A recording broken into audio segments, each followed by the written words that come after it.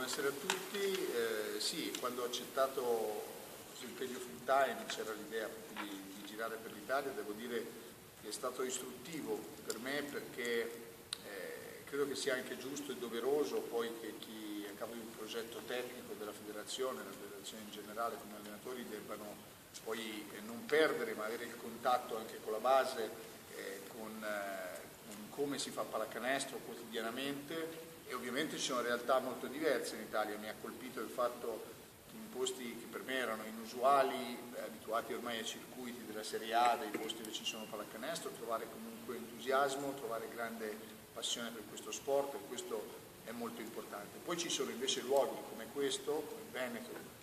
come Verona, dove ci sono tradizioni cestistiche importanti, dove c'è cultura cestistica e quindi è un po' come tornare a casa, incontrare molte persone, molti addetti ai lavori, e devo dire che è sempre stimolante perché ci sono competenze. È bello quando vedi che posti storici continuano ad avere grande partecipazione, ripeto, grande entusiasmo. Credo che sia doveroso il fatto che in questi posti possa esserci qualcosa in più. Allora l'iniziativa come oggi molto bella dell'università, il fatto di cercare di anticipare i temi che sono poi quelli che ci possono permettere di essere competitivi in futuro. Noi oggi abbiamo parlato con studenti, oltre che prima un conviviale piacevole della mattinata a pranzo, di quelle che sono le tematiche per il futuro, no? E quindi al di là della capacità i miei collaboratori che stanno girando a girare l'Italia da anni, di Andrea Capobianco, Antonio Bocchino, insomma sono di là tutti gli altri a vedere i ragazzi, e che sempre danno in federazione dei report, e quindi conosciamo i giocatori, è giusto verificare i loro progressi, interagire con gli allenatori che li portano in palestra ogni giorno, per cui questo scambio, questo grande sforzo sul territorio è importante ed è, credo che sia molto utile, però credo ci sia il passo successivo, che è quello nel fatto di dare una nostra via per la pallacanestro, che per rimanere competitivi non è più soltanto quella di rivolgersi ai giocatori, o meglio rivolgerci essendo consapevoli che dobbiamo essere più bravi degli altri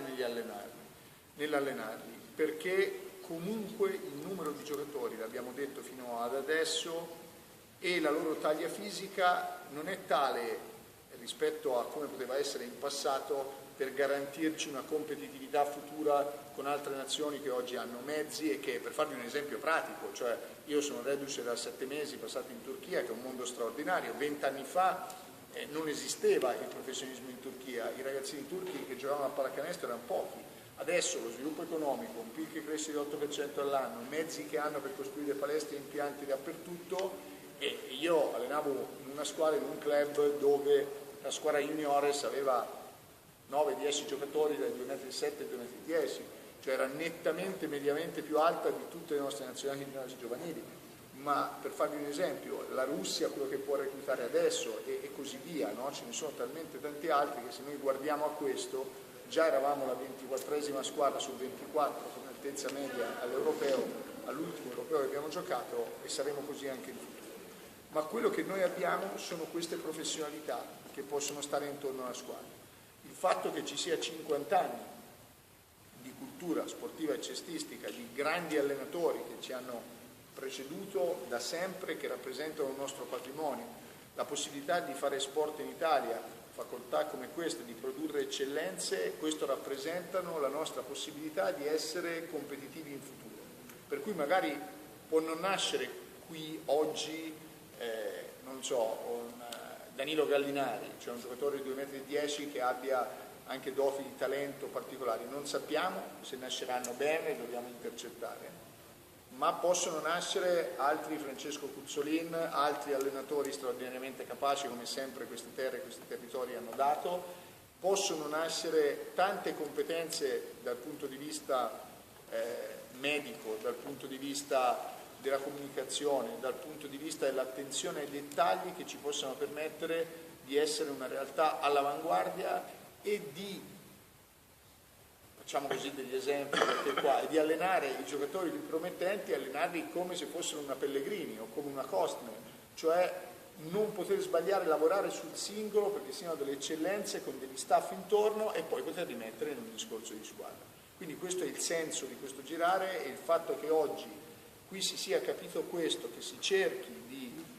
essere trasversali, di creare eccellenze che possono identificare la via della pallacanestro italiana, è una cosa molto importante ed è il senso di quello che proviamo a fare, mescolando conoscenze tra altri sport, perché poi oggi